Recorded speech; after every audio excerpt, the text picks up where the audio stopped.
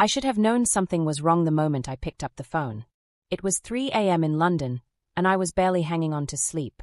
My mom's name flashed on the screen, a rare occurrence at this hour. I hesitated. Something about the missed calls and the tone of her voice last week had set off an alarm in me, but I pushed it aside. The weight of 1,000 long hours at work and the strain of a life I wasn't even sure I was living anymore made me dismiss the worry. I was ready to just sleep through it. But I picked up anyway. "Tonia." My mom's voice cracked, rough and strained. "Tonia, please. I need you to come home. We need you here." I sat up, heart racing, mind spinning. My mom wasn't one to ask for help, not like this. Sure, there were always little requests for money, for me to fix things that never seemed to be my problem to fix. But this was different. The urgency in her voice cut through the fog of my sleep-deprived brain. It wasn't just another one of those calls where she needed me to wire money or help with something at the dealership. It was something worse. "Mom, what's going on?" I asked, rubbing my eyes, trying to piece together the fragments of my thoughts. I can't explain it all over the phone. But you have to come back. Your brother, he's making everything worse. Please. I can't handle this alone anymore." Her voice wavered again, the usual strength replaced by a panic I hadn't heard in years. I wanted to yell, ask her why she was calling me in the middle of the night to make me feel this way, but I couldn't. There was something in her voice that I couldn't ignore. Something desperate. I exhaled slowly, shaking my head, trying to clear the fog. I knew what this was, what it always was. This was my family, asking for help when they had drained every ounce of me and left nothing but guilt behind. I had cut myself off from them for a reason. I didn't want to go back. I had worked hard to build a life far away from the endless mess of their expectations. But that call, it gnawed at me. "Okay," I whispered. "I'll come." I hung up, and for the first time in years, I was certain of one thing. I was about to walk right back into the fire. But I didn't know how bad the burn would be. By the time I landed in San Diego, the fatigue had fully set in. A cramped overnight flight, 2 layovers, and a dead phone battery. It was all just part of the routine. I was exhausted, smelled like airplane coffee, and my back ached from the uncomfortable seats.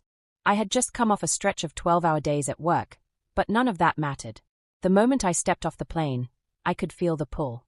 The weight of everything I had walked away from, my family, their expectations, the business I had once been expected to lead, was back, pushing down on me like a heavy blanket. I grabbed a cab from the airport, my thoughts swirling. What had I really expected? A warm hug, a reunion where we talked like normal people. Part of me still wanted that, even after everything. Maybe I thought the distance would make things better, make me feel less like their unpaid servant. I didn't know it then, but I had no idea how much worse it was going to get. I arrived at the house, my suitcase still in hand, the familiar smell of my mom's cooking wafting through the air. She didn't greet me with a hug, didn't ask how my flight was. No, the moment she opened the door, she glanced at my suitcase and said, "You'll babysit your brother's kids. We're going on a family trip." I froze. It wasn't a question. It wasn't a request. It was a command. I barely heard the laughter behind her, my brother stepping into the doorway, sunglasses on and a smirk on his face. Derek. My golden boy brother who never had to do anything but smile and coast through life. The one who made everything look easy. The one who had never worked a day in his life at the dealership. "Hey, guys," he said to his kids. "Don't wipe your snot on Aunt Tonia. She's jet-lagged." They all laughed. The sound was sharp, cutting through me like a knife. It felt like I was being made the joke. Like I was the punchline to some cruel joke I hadn't even been given a chance to hear. I couldn't even speak. I stood there, my heart pounding, my body frozen with a mix of disbelief and anger that was suddenly building inside me. The suitcase felt heavier in my hands, as though it symbolized everything I had been carrying for them over the years. The weight of their demands, their endless expectations. The reality of it all hit me in that moment. I had done this. I had allowed them to treat me like a bank, like a babysitter. And now, I wasn't just angry, I was done. I set my suitcase down in the entryway, managing a smile that felt more like a mask than a real expression. My voice, calm and cold, broke through the laughter that still filled the air. "Actually, no." The words came out so easily, it startled me. "What?" my mom asked, blinking in confusion. "No," I repeated, a little louder this time. "I'm done. I'm done being your free babysitter and your personal bank." The room went dead silent. The laughter stopped. Derek's smirk faded, and my parents' faces drained of color. For the first time in years, I stood up for myself. The air felt thick, heavy with the weight of what I had just said. But the moment the words left my mouth, everything shifted. I didn't know it yet, but this was the point of no return. I had just set a boundary that my family could never cross again. But what happened next shocked everyone. The shock on their faces was almost enough to make me falter, to make me question whether I'd done the right thing. But I knew. I had to stand my ground. I wasn't the girl who came running whenever they needed money, whenever they needed me to bail them out of another mess. I wasn't going to be their easy fix anymore. And that was when I found out what they were hiding. I thought I'd have a moment to breathe when I stepped inside my family's house, but the tension was immediate. The door closed behind me, and I felt like I was slipping back into a role I had left behind, one I didn't recognize anymore. It didn't take long for everything to feel like it used to. The house smelled the same, my mom's cooking, the same faint scent of lavender air freshener, and the stale dust that clung to old furniture. Everything was the same, except for me.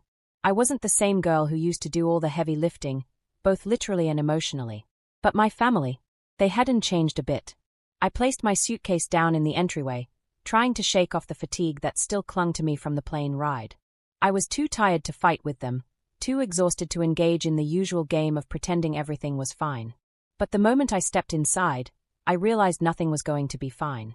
"Come on, let's get you settled," my mom said, her tone brisk, like I wasn't a daughter she hadn't seen in over a year, but an employee she was simply assigning a task. No questions about how my flight was or how I was doing.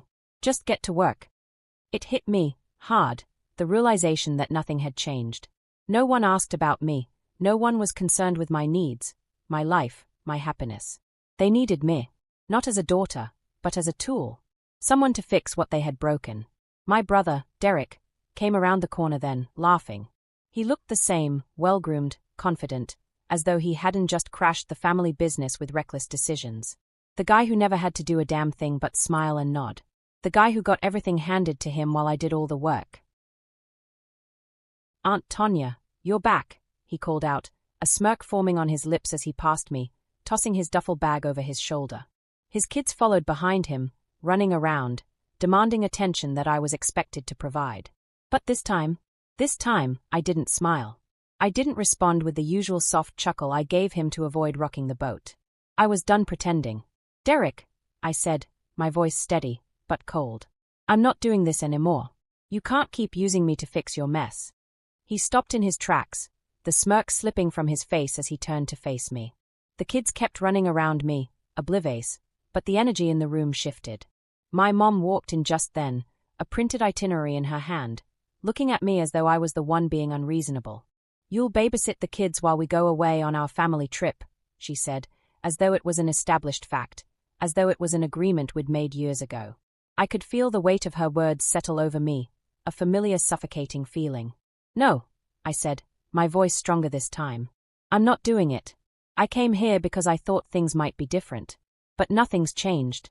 You've just replaced one task for me with another." My mom blinked at me, stunned. She opened her mouth to argue, but I cut her off before she could speak. "I'm done, Mom. I'm not your free babysitter or your emergency bank anymore.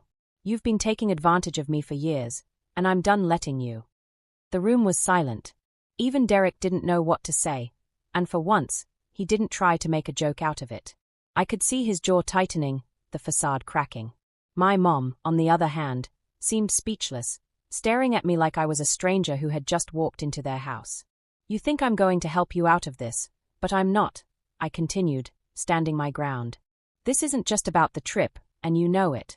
You're asking me to pick up the pieces of your life, but what have you ever done for me?"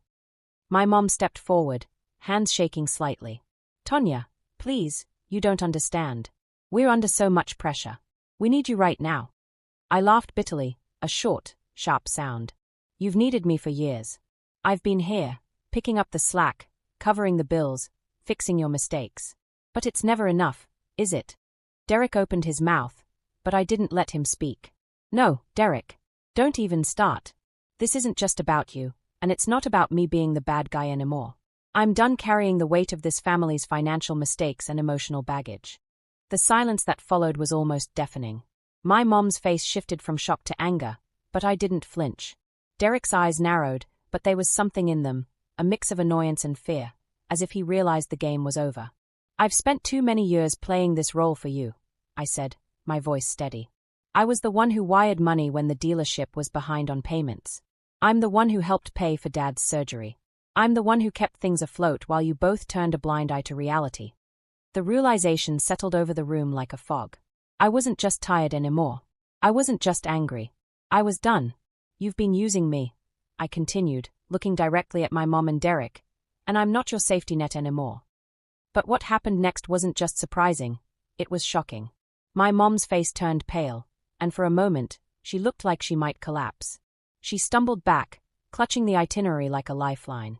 Derek took a step forward, his usual bravado gone. There was a moment of hesitation, a rare look of vulnerability in his eyes.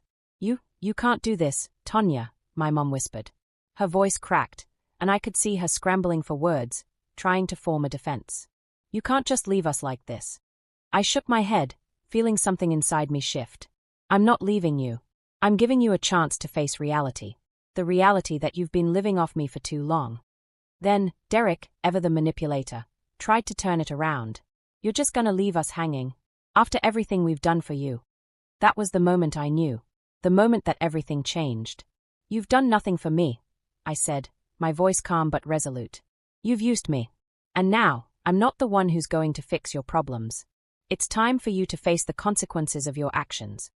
And with that, I turned and walked out of the room, the weight of the decision pressing down on me. For the first time, I felt lighter. But it didn't come without a cost. The next few days were nothing like I expected. My mom and Derek tried to pull me back in. They sent texts, emails, even called, but I ignored them all. I knew they'd try to guilt-trip me, just like they always had, but I wasn't buying it anymore. It wasn't just the money. It wasn't the trips. It wasn't even the babysitting. It was the years of emotional manipulation, the constant taking and never giving back. And then, the text came. I couldn't shake the feeling that something was off. My family's sudden urgency, my mom calling at 3 a.m., Derek's smirk as he dismissed me. It all seemed like a well-rehearsed act. But there was more. Something deeper. Something I hadn't seen before. I could feel it crawling under my skin, a quiet buzz of unease that grew louder every time I walked past my mom's quiet, over-decorated living room or sat at the dinner table with them pretending nothing had changed. What they didn't realize was that I wasn't blind anymore. I wasn't the same Tonia who just jumped into whatever role they wanted me to play.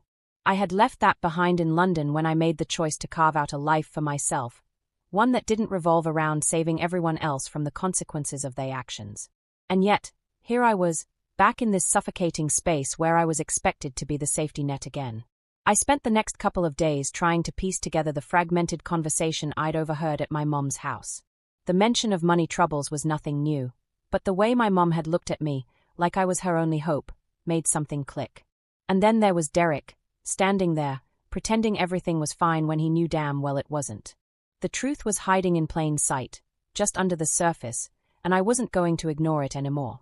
I had been paying attention to their financial habits for years, but this time, I needed to dig deeper.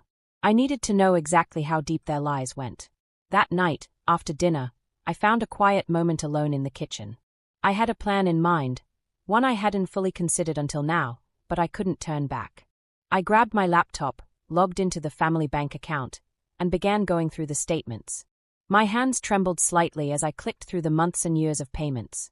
It didn't take long before the first red flag hit me, large, unexplained withdrawals. I scrolled further. There were the regular payments, utilities, groceries, the car payment, but there were also odd, excessive transfers to someone I didn't recognize. And then, the deeper I dug, the clearer it became, the mortgage. My heart skipped a beat when I saw the account linked to my name. I couldn't have been more shocked if I'd seen my own face in the mirror at that moment. My name was listed as a co-borrower on the mortgage for the house I hadn't even lived in for years. I stared at the screen, the number flashing back at me. $157,000. His expression hardened for a moment, the facade cracking just enough for me to see the flicker of guilt in his eyes. But it was gone before I could register it fully. "Look, I'm sorry, all right? Things got out of hand. You know how it is when you're trying to make something big happen." I stared at him for a long moment. His excuses were hollow, meaningless. I wasn't buying it anymore. You didn't get out of hand, Derek. You took the easy way out. You gambled with our family's future, with my future, and now you expect me to clean it up. But I'm not your cleanup crew anymore. His face turned red, the anger rising in him now. This isn't all my fault, Tonia. You're acting like you've been perfect in all of this. You think you've been the one holding this family together, but you've been just as much a part of this mess as anyone else. I felt the sting of his words, but I didn't flinch. I wasn't going to let him manipulate me anymore. No, Derek. I've been the one saving you. Every time there was a problem, I stepped in. I covered for you. I bailed you out. And this time, I'm not doing it. He stood up suddenly, his chair scraping loudly against the floor, the tension in the room palpable. You think you're the only one who's struggled, huh? You've always had it easy, sitting over there in London, acting like you've got all your stuff together. Well, maybe I'm tired of being the one who has to pretend everything's fine. Maybe I'm tired of playing by your rules. I stood up as well, the confrontation escalating, the room closing in around us. I never asked for you to pretend. I didn't ask for this. But I'm not carrying this family anymore, Derek. I'm not the one who messed everything up. He took a step toward me, his voice rising. And you think you can just walk away from it all? You think you're better than us? I took a step back, my heart pounding, my mind racing. This was the moment I had been dreading but knew was inevitable. I had to say it. I had to end it now, before it consumed me entirely.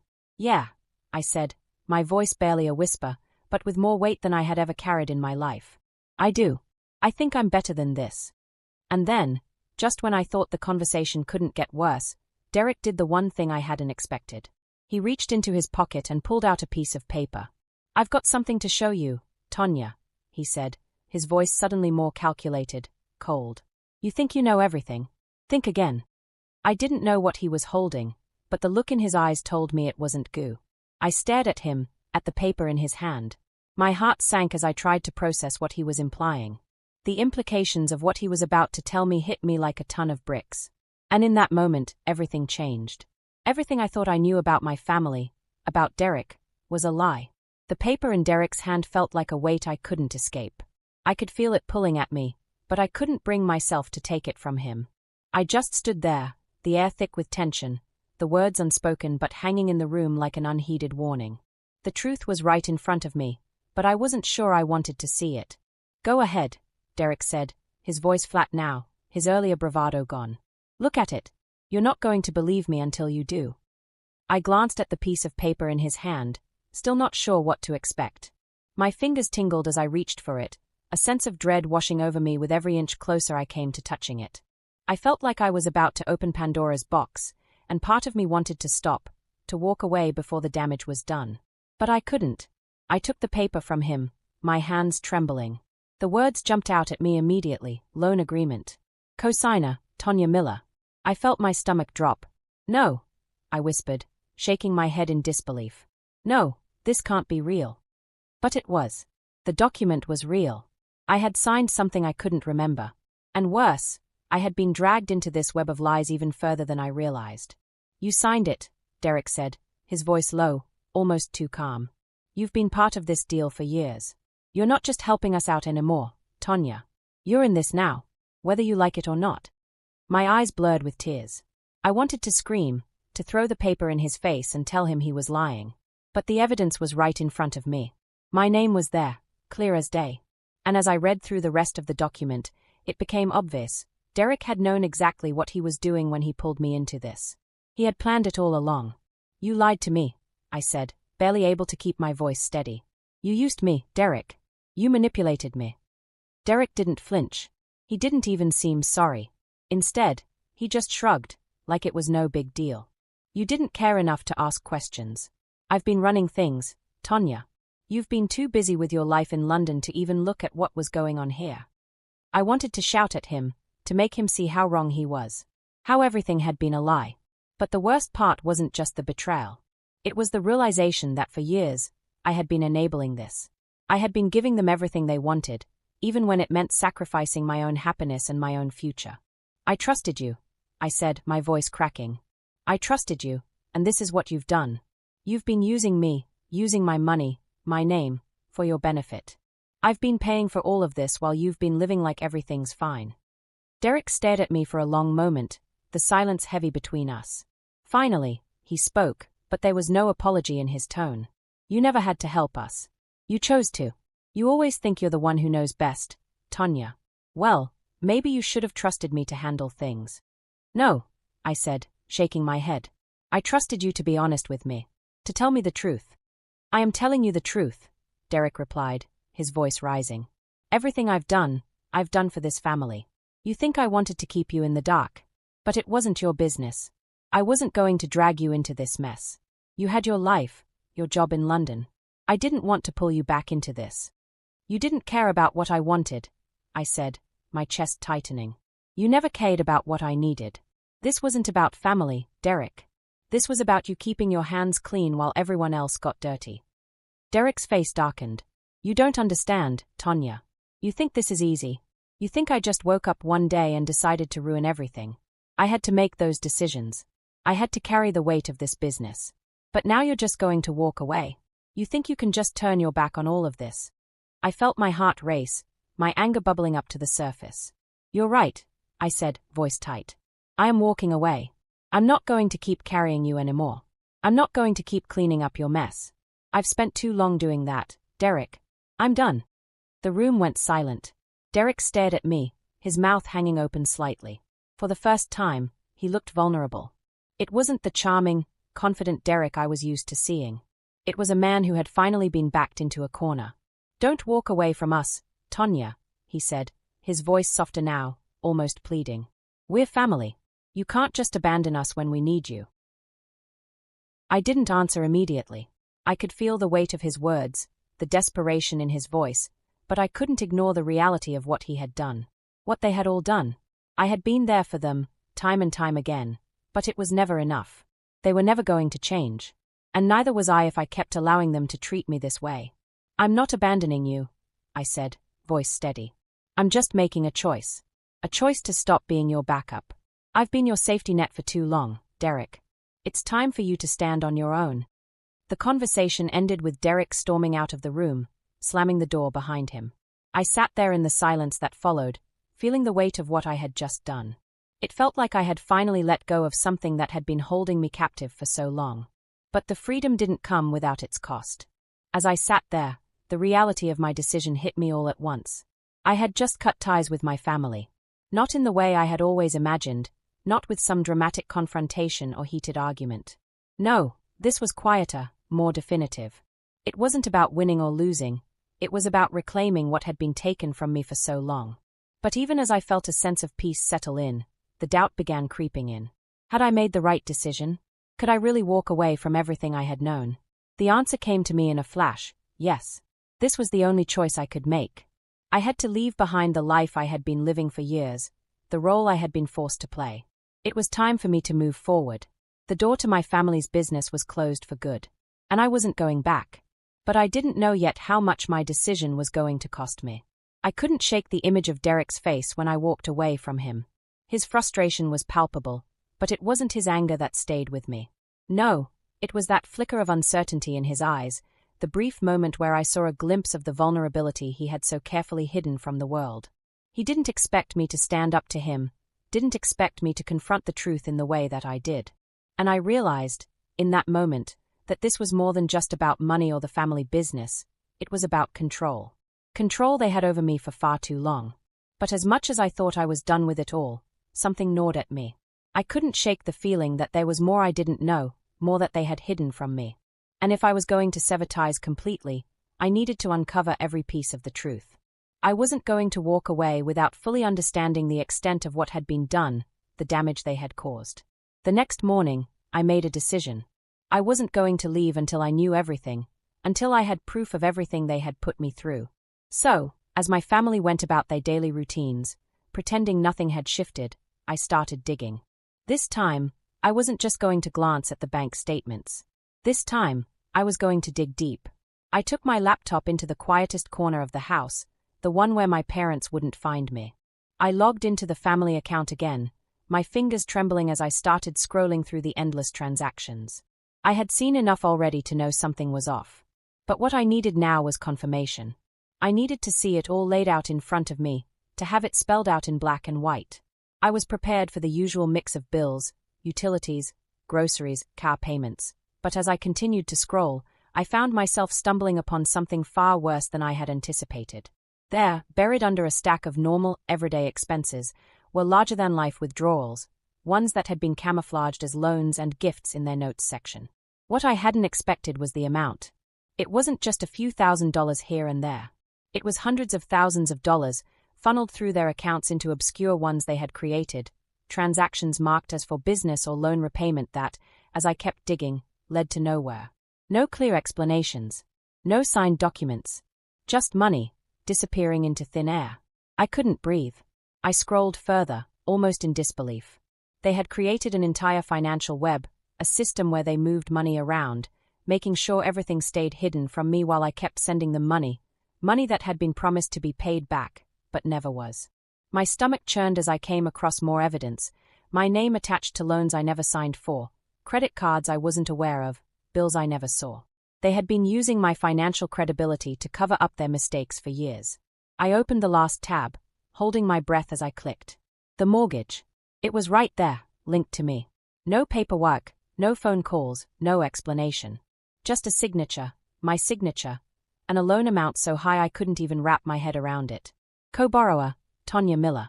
I had never signed a single thing. Not knowingly. Not with my own hands. The weight of the realization hit me hard. I had spent years wondering why I was always running out of money. Why I had to constantly work harder, even though I was making a good living. Why I felt the crushing weight of responsibility in every decision I made. Now, I knew why. I had been paying for their debts. I had been unknowingly covering their mistakes, making sure their lifestyle stayed intact while mine slowly crumbled. I slammed the laptop shut and stood up, my head spinning. This wasn't just about the money anymore. This wasn't about helping them out of a tight spot or covering for their mess. This was about them using me as a pawn in their game. And worse, they had done it for so long that I hadn't even realized it. I had been enabling them, giving them the tools to continue their reckless behavior without question. I had let them use me, because I thought I owed it to them. But now, I saw it for what it truly was, manipulation. I walked out of the room, my mind still reeling. I had to talk to them. I had to confront my parents with what I had found. But I wasn't sure if I could handle the conversation. What would I say? How could I ever look at them the same way again? I didn't expect the confrontation to be easy. I wasn't prepared for what was coming next, but I knew I couldn't let them get away with this. Not anymore. When I walked into the living room, my mom was sitting on the couch, looking at a magazine as if everything was perfectly normal. She didn't even look up when I entered the room. Derek was sitting at the other end, his eyes glued to his phone. "Mom," I said, my voice shaking with the weight of what I was about to say. "We need to talk." She glanced up, her usual calm expression fading when she saw the look on my face. "What's wrong, Tonia?" "I know what you've been hiding," I said, walking closer. "I know about the mortgage. I know about the loans you've been taking out in my name. I know what you've been doing with the money I've been sending." Her face drained of color. "Tonia, what are you talking about?" "You've been using me," I said, trying to keep my voice steady. "You've been using my name, my finances, to cover your debts. You didn't even ask me. You've been taking money from me without telling me what it's for. And you thought I wouldn't notice. You thought I wouldn't figure it out." My mom's eyes filled with tears, but there was no remorse in her expression. No apology. Just fear. "I didn't want you to know. I didn't want to burden you with this." I felt my heart break, but I couldn't back down now. "You should have told me the truth. You've been lying to me. All of you have. Derek," I turned to him, "you've been playing this game for years. And I've been the one cleaning up after you." Derek shifted uncomfortably on the couch. "I didn't mean for it to get out of hand, Tonia," he said, his tone defensive. "But I didn't want to drag you back into all of this. You left, remember? You got to live your life. And what did I leave behind?" I asked, my voice rising. "I left behind a family who never cared enough to be honest with me. A family who thought they could use me without consequence. Well, guess what? I'm not your backup anymore. I'm not the one who cleans up your messes. I'm done." The room was thick with tension, the air hanging heavy between us. My mom didn't say anything at first. She just stared at the floor, her lips trembling as if she were trying to find the words. "But Derek," he stood up suddenly, slamming his fist on the coffee table. "You think you can just walk away from us like this, he yelled, his voice shaking with anger. You think you're better than us? I didn't flinch. I don't think I'm better than you. But I'm certainly not going to keep carrying you anymore. You don't get to use me for your own convenience. I'm done. And with that, I turned around and walked out of the room. The house felt empty after the confrontation. No one spoke. I could hear the faint sound of Derek pacing upstairs, muttering under his breath, probably planning his next move, trying to figure out how to manipulate the situation back into his favor. But I wasn't going to let that happen. Not this time. I had walked away from the room, from the house, from the suffocating weight of my family's expectations, and now I was facing the hardest decision of my life. Do I walk away completely, or do I try to fix things? I had spent years enabling them. Years of quietly paying bills, sending money, bailing them out of whatever hole they dug themselves into, all while I put my own life on hold. It had been easier to do that than face the uncomfortable truth, that they weren't using me because they needed help. They were using me because they could.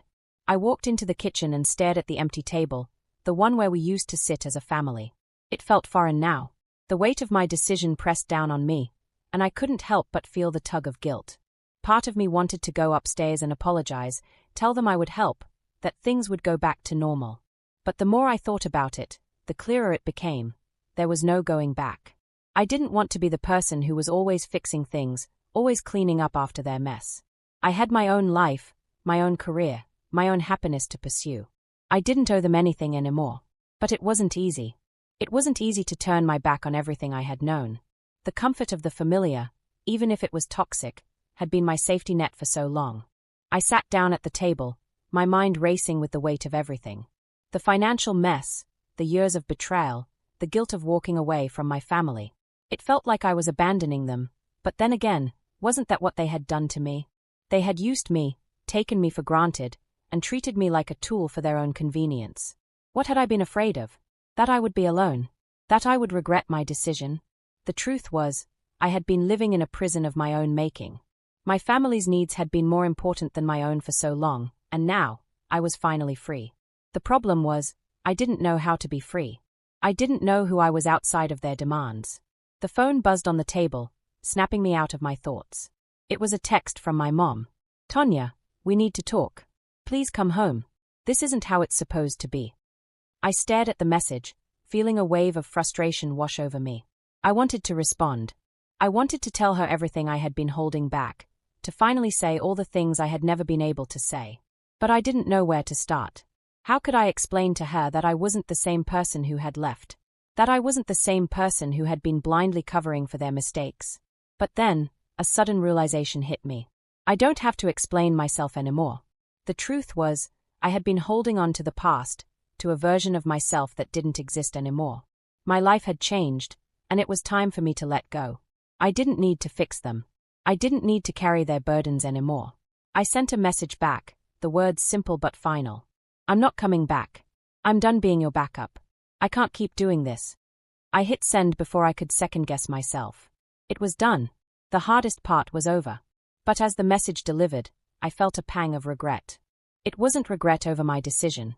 It was the deep, aching understanding that no matter what I did, no matter how I tried to change things, they would never see me the way I needed to be seen. They would never truly understand the depth of the sacrifices I had made. I stood up and grabbed my jacket, slipping it on as I walked to the door. I needed space. I needed to get away from the weight of all of it, the guilt, the anger, the frustration. I couldn't stay in that house, in that place where everything reminded me of the person I used to be. I walked out the door, my heart racing as I stepped out into the cool evening air.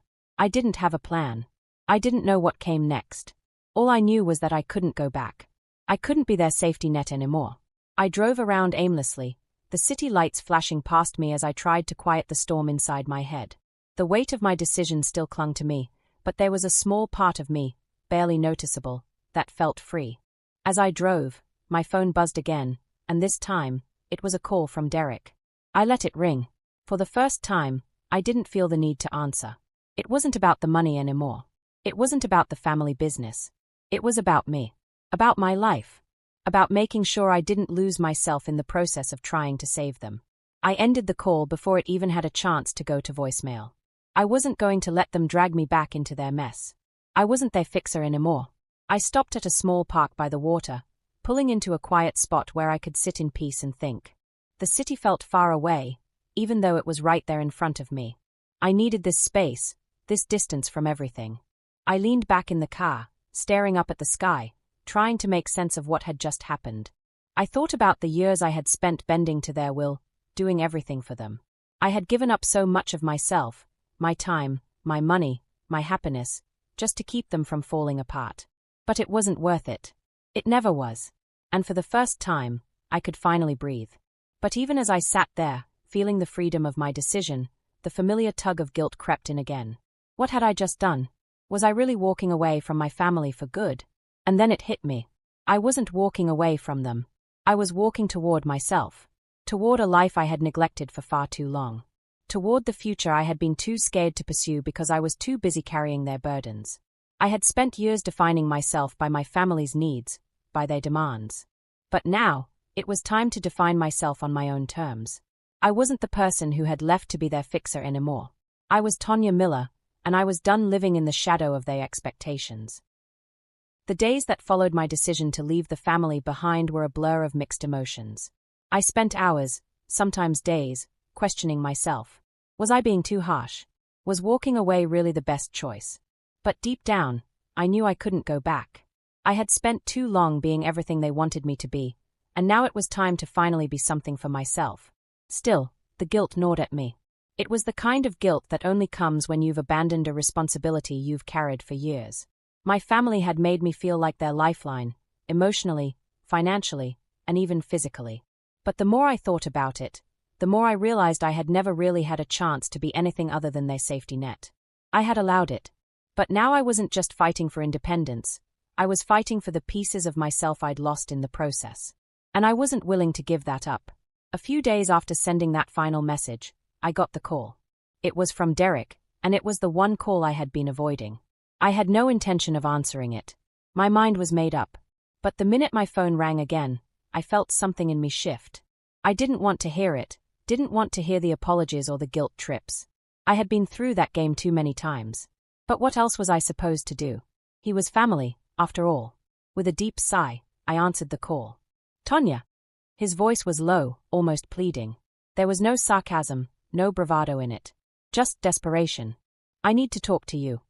I didn't say anything at first, letting the silence between us stretch out. For once, I wasn't the one rushing to fill it with words, with excuses. Derek always knew how to twist things in his favor, how to make me feel like I was the one who was wrong.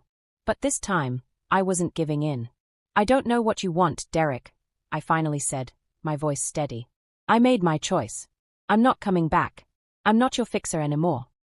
I know, he said quietly, his voice so soft it was almost unrecognizable. I didn't want to drag you into this mess, Tonia. But you need to understand. I didn't know how to fix things. I thought I could. I thought I could handle it on my own.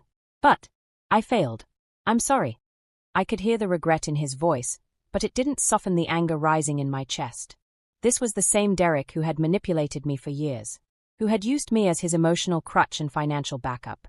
And now, here he was, offering a half-hearted apology after everything had fallen apart. You're sorry. I scoffed, unable to hide the bitterness in my tone. You didn't even think to tell me what was really going on, Derek. You thought you could just fix everything on your own, and now look at us. I know, he said again, the words barely above a whisper. But I don't know how to fix it anymore. I don't know how to make it right. I just need you to understand. I never wanted to hurt you. Not like this. There was a long pause, and for a moment, I thought he was finished. But then, he spoke again, his voice shaky. We're in over our heads, Tonia. Mom, she's been losing sleep over this. I know it doesn't seem like it, but she's scared. She's scared of what happens next. And so am I. But you're the only one who can help us now. I didn't say anything. His words were like an echo of the past, a pattern I had heard too many times. The promises of change, the promises of things getting better. But I had been there, time and time again, bailing them out, fixing their mistakes, only to be left holding the broken pieces. I can't do it anymore, Derek, I said, my voice steady, unwavering. I can't be the one to pick up the pieces of your mess. I'm not your fallback anymore. And I'm certainly not your financial lifeline. There was a moment of silence on the other end of the line. I could feel Derek's words hanging in the air, heavy and unspoken. He didn't know how to respond. "You've always been there for us," he finally said, his voice almost pleading. "Please, don't leave us like this." The words struck a nerve. They were the same words my mom had said to me when she called at 3 a.m., when she had begged me to come home. The desperation, the need, the guilt that clung to everything they said. But it wasn't enough anymore. "I didn't leave you, Derek," I said, my voice softening. "I didn't leave because I don't care. I left because I have to care about myself now. I can't keep sacrificing my life to fix yours. I'm done with that." "I get it," he said quietly, sounding defeated. "I'm sorry." I paused, listening to the quiet on the other end of the line. For the first time in years, it felt like Derek wasn't trying to manipulate me into doing what he wanted. It felt like he was genuinely seeing me, seeing that I wasn't the same person who had come running to save him every time. But I wasn't sure if that realization was enough to undo everything he had done to me. It wasn't enough to undo the years of betrayal, the years of feeling like I was constantly used and never truly seen for who I was. It wasn't enough to make me forget all the lies. And then, just like that, it was over. Derek didn't say anything else. He didn't try to guilt-trip me or beg for forgiveness. He just hung up. I sat there in the silence, the weight of what had just happened settling over me. The call was a turning point. No more excuses, no more manipulation. It was finally over. But as I sat there, in the quiet aftermath of our conversation, I couldn't shake the feeling that something was missing. Was I being too harsh? Was I cutting them off too soon? But then I remembered the reason I walked away in the first place. I was done being the fixer. I was done cleaning up everyone else's mess, done sacrificing my own happiness for theirs. I grabbed my phone and went to the messages. My mom had sent me another text. "Tonia, we need to talk. Please don't do this. We can work this out. We're still your family." I stared at the message for a long moment. Part of me wanted to respond. Part of me wanted to go back, to make things right. But I knew deep down that going back wasn't an option.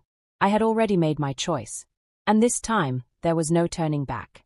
The days following my decision to walk away from everything were a strange blend of quiet relief and overwhelming silence.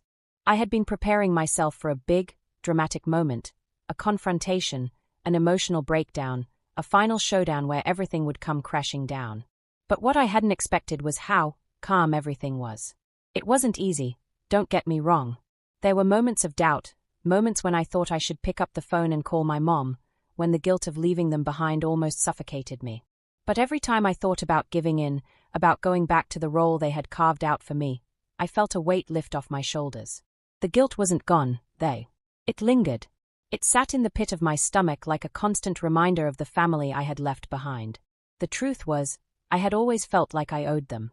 Owed them for the years they had spent raising me, for the sacrifices they made, or at least, that's what I had been told. But now I saw it differently. They hadn't made sacrifices for me. They had made sacrifices for themselves, and I was the one who had been paying the price. So, I drove. I needed space, a few moments of peace, to let the dust settle. I wasn't running away, but I wasn't going to stay there, trapped in a house that no longer felt like home. I was in my car, driving through the city, trying to clear my head.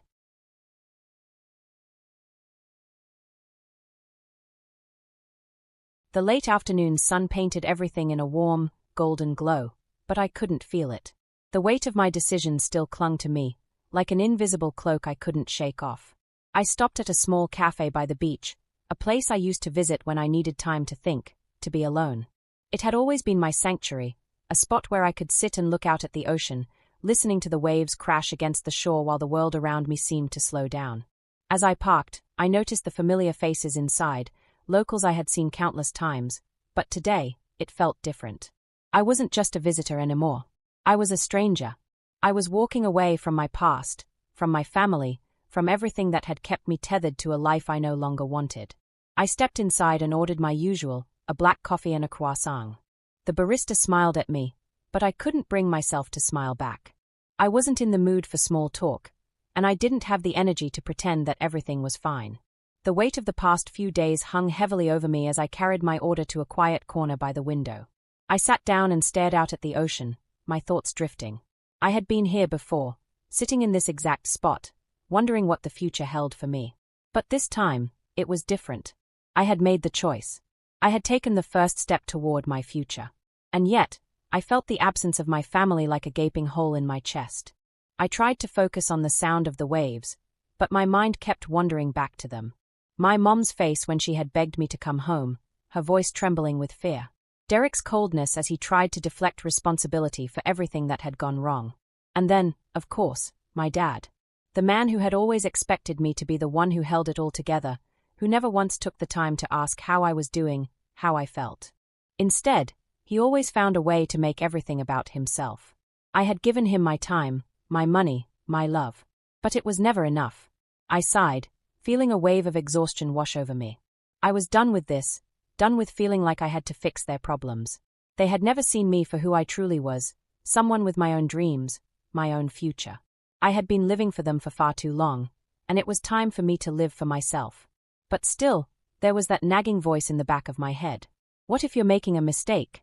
What if you regret this? I didn't have the answers. But I couldn't keep living like I was, caught between guilt and obligation, always putting their needs before my own. I had to let go.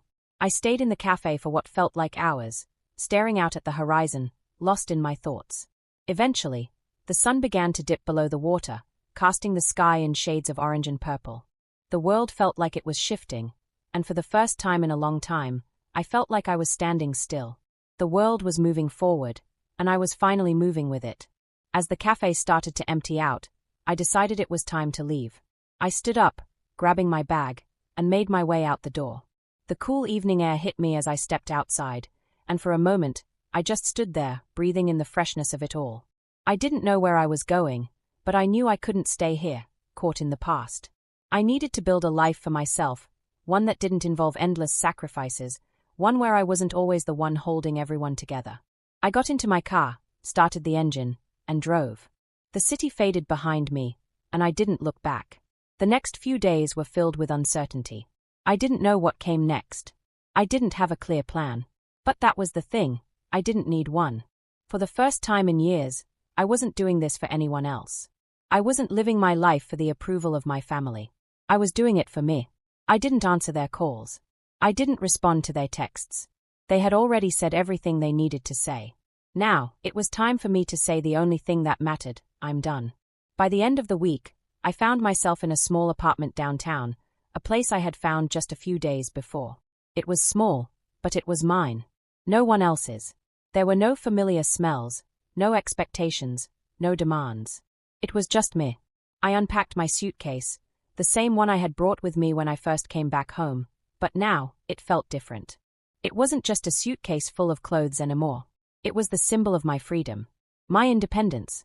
I set it down in the corner of the room and stood there for a moment, looking at the space I had carved out for myself.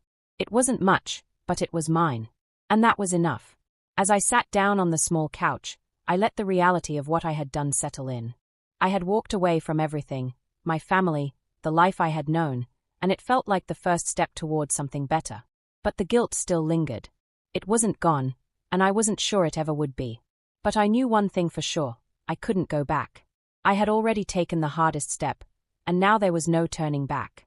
It's funny, the way life can shift when you're least expecting it. How a single moment, one decision, can alter the course of everything. I had spent my whole life thinking I needed to keep everything together, that I needed to hold my family, my world, my finances in place. I thought if I just worked hard enough, if I sacrificed enough, it would all pay off. But when I left, when I walked away from the web of lies and manipulation, I realized something far more profound. It wasn't about keeping things together at all. It was about learning how to live on my own. The first few weeks after I left were an emotional roller coaster. I thought I'd feel free, but instead, I felt like I was standing at the edge of a cliff, not knowing if I'd soar or fall. The silence in my apartment was deafening at times. I was so used to the noise, to the constant demands, that the quiet felt like a foreign land. But there was also a sense of peace I had never known. I didn't have to check my phone for the next message from my mom, asking for money or for help with the bills. I didn't have to worry about Derek's latest business venture crashing and needing a bailout. I didn't have to hear the constant hum of expectation. It was just me, and for the first time in years, I could hear my own thoughts. I could breathe without someone else's weight pressing down on me. But that didn't mean it was easy. No, The hardest part wasn't leaving, it was learning how to live without being tethered to them. I wasn't just physically separated from my family anymore. I was emotionally, mentally, and financially separated. I had spent so long trying to make them happy, trying to keep everything running smoothly, that I didn't know how to define my own happiness. I found myself drifting.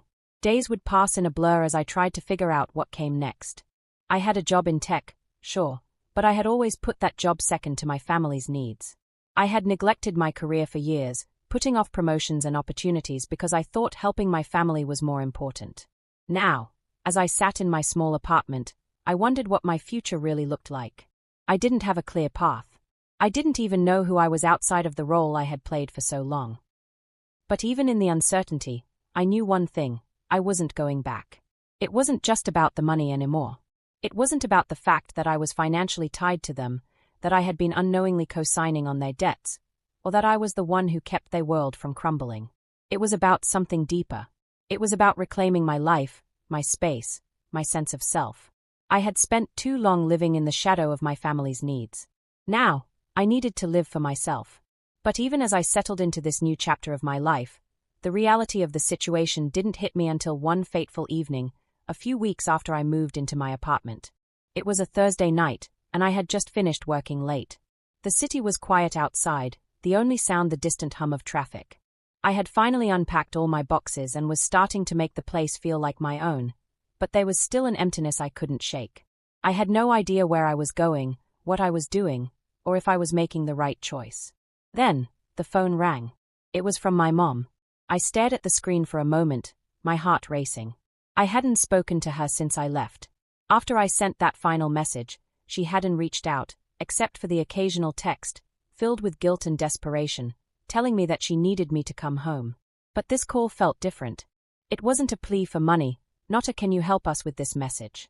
I took a deep breath and picked up the phone. "Tonia," my mom said, her voice soft but strained. I don't know how to say this, but things are worse than we thought. We're in trouble. The business, well, it's falling apart, and Derek, he's gone. I don't know what to do anymore." Her words hit me like a punch in the gut. I didn't need to hear the details. I knew exactly what had happened. Derek had been reckless with the business, just as I had suspected. But the panic in my mom's voice, that was new. "What do you want me to do, Mom?" I said, trying to keep my voice steady, but the guilt was still there, tugging at me. "I can't come back. I've already told you that." "I know," she said, her voice breaking. I just don't know who else to turn to. Derek's not answering my calls, and I can't fix this by myself." For a long moment, there was silence between us. It wasn't a silence of comfort, like it used to be when we were close. It was the silence of two people who didn't know how to fix something that was beyond repair. "I'm sorry, Mom," I said finally. "I can't help you.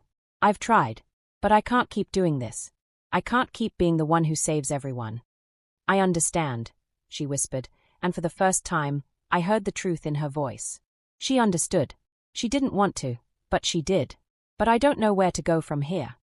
"Neither do I replied softly. "But you have to figure it out, Mom. We all have to." The next few days were a blur.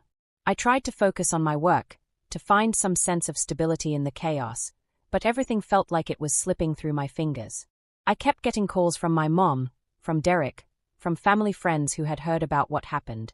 Everyone wanted something from me. Everyone expected me to fix it.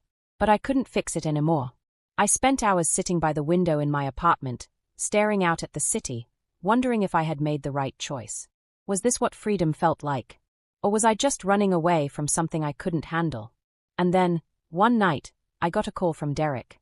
"I need to talk to you," he said, his voice flat, no trace of the arrogance he usually carried. "I messed up. I know I did. But I need you to come back, Tonia. I need you to help us fix this. We can't do it without you." I didn't answer right away. The silence between us was thick, heavy with years of unresolved anger, betrayal, and guilt. "I can't fix it, Derek," I said finally, my voice steady. "You've always thought I could fix everything. But I can't. I'm not your safety net anymore." There was a long pause on the other end of the line, and when he spoke again, it was softer, almost desperate. "I don't know what to do without you. You were the one who kept us all together." "I wasn't keeping us together, Derek," I said, the words coming easier now. I was holding everything together for you, while you destroyed everything. I can't do it anymore. I can't fix you.